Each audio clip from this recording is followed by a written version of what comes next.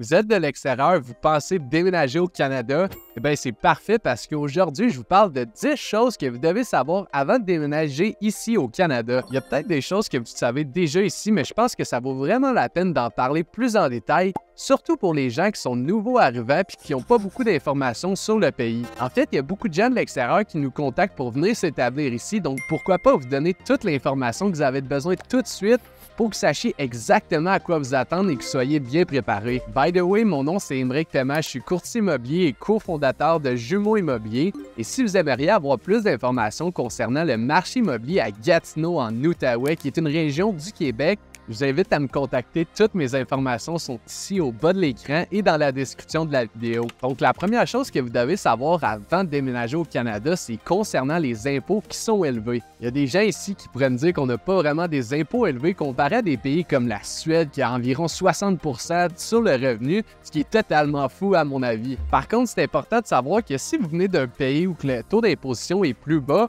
en fait, vous pouvez vous attendre à vous faire retirer environ 15 à 40% de votre revenu selon le montant que vous allez gagner ici au Canada. Donc, pour vous donner une petite idée, si vous avez une offre d'emploi avec un revenu de 100 000 par année, en fait, vous pouvez vous attendre à recevoir un petit peu moins que 70 000 à la fin de l'année parce que la tranche d'imposition dans cette gamme de prix se retrouve à 30% sur votre revenu. Donc, lorsque vous planifiez votre budget et vos dépenses, assurez-vous vraiment d'avoir un montant supplémentaire pour l'imposition et pas simplement de se fier sur le montant de votre salaire. Le deuxième point que vous devez savoir, c'est concernant les différentes langues qui sont parlées ici au Canada, tout dépendant de la province que vous êtes. La plupart des gens savent que le Canada a deux langues officielles, soit le français et l'anglais. Donc, ça vaut vraiment la peine de penser où vous allez vous installer. Ça pourrait être vraiment un petit peu plus difficile pour vous si vous avez appris l'anglais pour venir vous établir au Canada, mais que vous décidez de vous installer dans un endroit où c'est seulement parler français. Actuellement, la seule province au Canada où l'on parle principalement le français, c'est au Québec. Si vous n'êtes pas sûr, c'est assez facile de vérifier l'information. Vous pouvez simplement écrire sur Google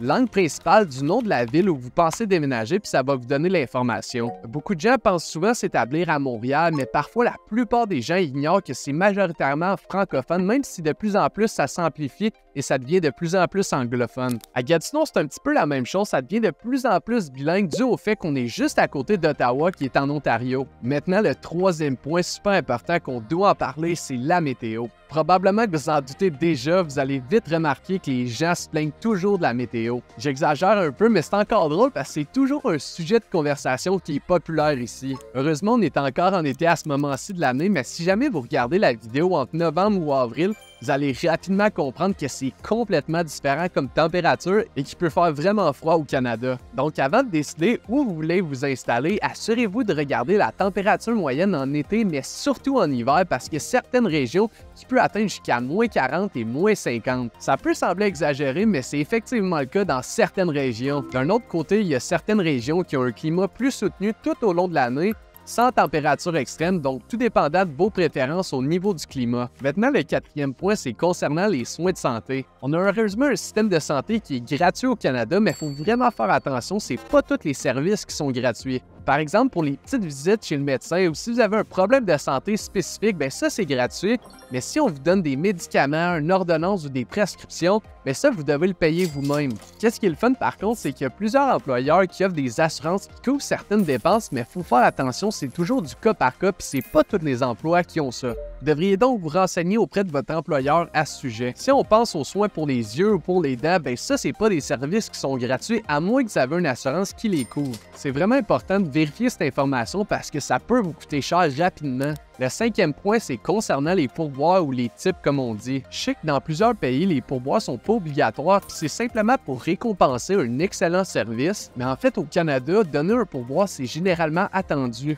Ça dépend vraiment de la situation. En fait, par exemple, quand vous faites l'épicerie, vous n'allez pas devoir donner de pourboire. En fait, les pourboires sont plus communs dans les situations où vous offrent un service personnalisé comme les serveurs, les coiffeurs ou les taxis. Puis la norme, en fait, c'est 15% du montant total de votre facture. Donc, je fais un exemple rapidement. Pour une facture de 100 $, vous pouvez vous attendre à donner 15 $ de pourboire. Le sixième point maintenant concerne l'alcool en public. Boire de l'alcool en public est illégal partout au Canada, mais il existe des exceptions dans chaque municipalité, comme à Montréal, vous pourriez boire de l'alcool dans un parc avec votre repas. Par contre, je vous conseille vraiment de vérifier vérifier l'information sur le site de la municipalité où vous pensez vous établir parce que ça peut représenter une amende de 100 à 150 $. La police va vraiment vérifier ça, donc faites vraiment attention. Le 7e point maintenant, ça concerne les différents styles de vie au Canada. Comme vous savez déjà, le Canada c'est vraiment un grand pays, donc ça vous offre plusieurs choix sur le style de vie qui vous intéresse. Par exemple, si vous rêvez de devenir cowboy, d'avoir des chevaux sur une ferme en pleine campagne, ben vous pouvez le faire. Calgary en Alberta pourrait être une option intéressante pour vous. Si vous êtes plus du genre courtier en bourse, centre-ville, entouré de gratte-ciel, ben vous pouvez le faire aussi. Toronto, ça pourrait être à considérer. Donc, les possibilités sont vraiment nombreuses. Le 8e point que je veux vous parler, c'est concernant les différentes cultures qu'on a ici au Canada. Donc, c'est vraiment composé de plusieurs origines raciales, religieuses et même culturelles. Histoire rapide, je sais pas si c'est vrai, mais il paraît qu'à Toronto, il y a quelqu'un qui a écrit un article sur le fait qu'il a réussi à rencontrer des personnes provenant de chaque pays du monde simplement en se promenant dans les rues. Le 9e point concerne les transports en commun ici au Canada. Tout dépendant de l'endroit où vous pensez vous établir, il y a certaines régions qui n'ont pas de transport en commun en raison du faible nombre d'habitants. Par contre, dans les grandes villes comme Toronto, Vancouver, Montréal, les transports en commun sont très bien développés. Dans la région de Gatineau, Ottawa, où je suis présentement, il y a beaucoup de gens qui utilisent les transports en commun. Donc, si vous ne voulez pas utiliser de voiture, assurez-vous de choisir un emplacement qui a un transport en commun qui est bien développé. Finalement, le dernier point qu'on me parle pratiquement à chaque jour, c'est concernant le crédit au Canada. Donc, le crédit, en fait, c'est un rapport de 3 chiffres entre 300 et 900 qui indique votre solvabilité. Donc, en d'autres mots, c'est vraiment votre capacité à gérer vos dettes et votre responsabilité financière. Donc, votre pointage de crédit, ça va être utilisé par les prêteurs pour déterminer si vous êtes admissible à l'achat d'une voiture, à l'achat d'une maison, même une carte de crédit ou d'autres achats similaires. Aussitôt que vous commencez à utiliser du crédit au Canada, vous allez commencer à bâtir une historique de crédit. Pour votre information, il existe 2 bureaux de crédit au Canada. Le premier, c'est Equifax, puis le deuxième, c'est TransUnion. Maintenant, vous vous demandez probablement comment améliorer et bâtir votre pointage de crédit si vous êtes un nouveau arrivant au Canada, puisque vous allez probablement pas être admissible à des gros prêts comme l'obtention d'un prêt hypothécaire pour l'achat d'une maison.